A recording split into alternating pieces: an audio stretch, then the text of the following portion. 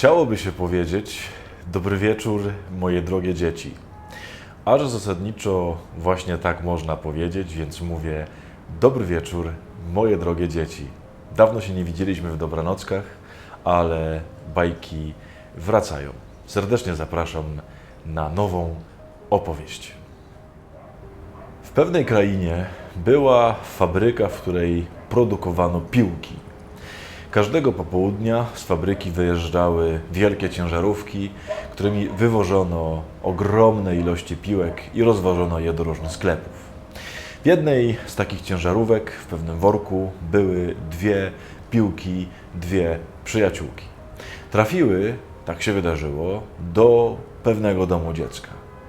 Powiedziano im, że będą tam bardzo przydatne, że są tam dzieci, które potrzebują radości i miłości i dzięki tym piłkom dzieci będą mogły wreszcie znaleźć chociaż odrobinę tego, co poszukują. Piłki więc bardzo się cieszyły, że trafiły do takiego miejsca i że będą mogły pomóc. Przez pierwszy miesiąc swojego pobytu w tym domu dziecka piłki, jak to piłki, oczywiście były kopane, odbijane, rzucane, turlane, mówiąc krótko, obijane na wszystkie możliwe sposoby. Któregoś wieczoru, kiedy siedziały razem w szatni i patrzyły na siebie, zobaczyły, w jakim opłakanym są stanie. Popękane, ubrudzone, naderwane łaty, były trochę zasmucone. Jedna szczególnie, bo trzeba przyznać, była marudą. Mówiła do tej drugiej: mam już tego dosyć. Miało być tak pięknie, miało być tak cudownie, a tylko nas kopią, biją i rzucają. Zobacz, jak ja wyglądam. Ta druga, która miała więcej cierpliwości, mówiła: to nie szkodzi. Rzeczywiście momentami jest trochę ciężko, szczególnie z Jurkiem, bo ten jest bardzo brutalny. Ale pomyśl i popatrz, ile radości jest w oczach tych dzieci, ile uśmiechu, ile biegania, ile dynamiki. Niestety ta druga piłka, ta mniej cierpliwa, każdego kolejnego dnia coraz bardziej traciła cierpliwość, aż w końcu powiedziała swojej przyjaciółce: jutro ląduję na dachu.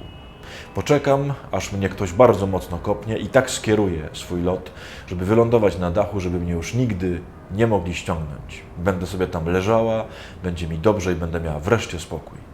Jak pomyślała, tak zrobiła. Następnego dnia rzeczywiście jeden z chłopców kopnął ją bardzo mocno i wylądowała na dachu sąsiada, bardzo wysokim dachu. Nie dało się jej stamtąd ściągnąć, więc dzieci wróciły do zabawy tylko jedną piłką. Nasza Maruda była na początku niezwykle szczęśliwa. Leżała sobie w rynnie, słońce świeciło, nikt jej nie kopał, nikt jej nie obijał, było jej bardzo dobrze. Ale zorientowała się po pewnym czasie, że zaczyna bardzo szybko niszczeć, że padają na nią deszcze, że słońce świeci za mocno, cała jej skóra popękała, zaczęło uchodzić z niej powietrze, była w coraz bardziej opłakanym stanie. Któregoś razu chłopiec jakiś kopnął jej koleżankę bardzo wysoko i ta poleciała na dach. Tamta się ucieszyła i powiedziała: czyżbyś chciała mi towarzyszyć na moich wakacjach?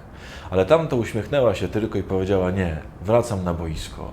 Odbiła się od dachu i wróciła na dół.